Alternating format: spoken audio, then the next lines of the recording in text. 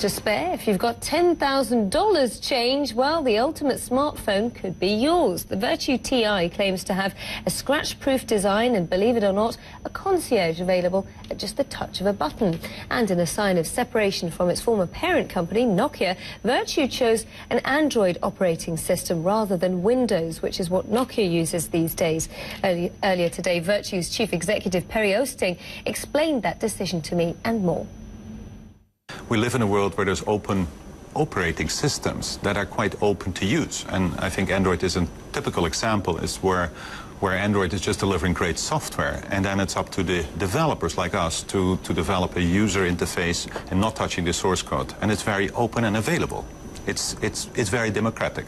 So in that respect, we didn't have any default in terms of going from a bigger corporation than a standalone business. Very different than in the car industry. But what about your customers? How are they going to be buying that and thinking, well, you know, if 2 or 3 years down the line, the operating systems shift, I've spent all this money on this phone, they don't have a big technological backup like Nokia, say, if something goes wrong? Well, the backup is not because of Nokia or Vertu. Whatever the backup is if you want to store your data, if that's the backup where you're relating to, you have cloud services that sometimes are even independent from what kind of operating system it is. And then there's also the upgradability going forward that gives you that security element. So I don't see there's any risk in that, because that's not different than any other operating platform. I must ask you, there's only around about 320,000 people out there who have one of these coveted luxury phones. Obviously, it's never going to be your mass market product. But then again, if you juxtapose that with the way how the average person buys a mobile phone, they only keep it for about 2 years or so. Run me through the logic of buying one of these.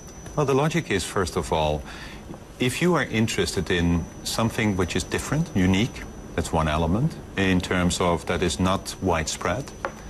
If you are interested in durable materials versus disposable materials and have an element like you buy other luxury categories, which is more the touch and the feel and the sensory experience, we believe we offer something unique and different in that respect.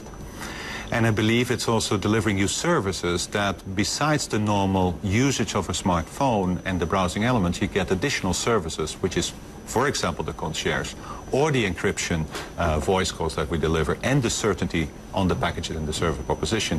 I think we could be quite a unique choice.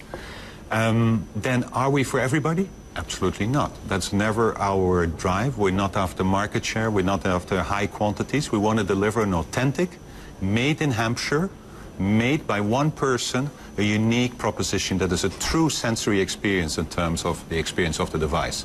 And that's not only the materials. That is also the human touch through the concierge, and it's also about the durability combined with high-tech technology.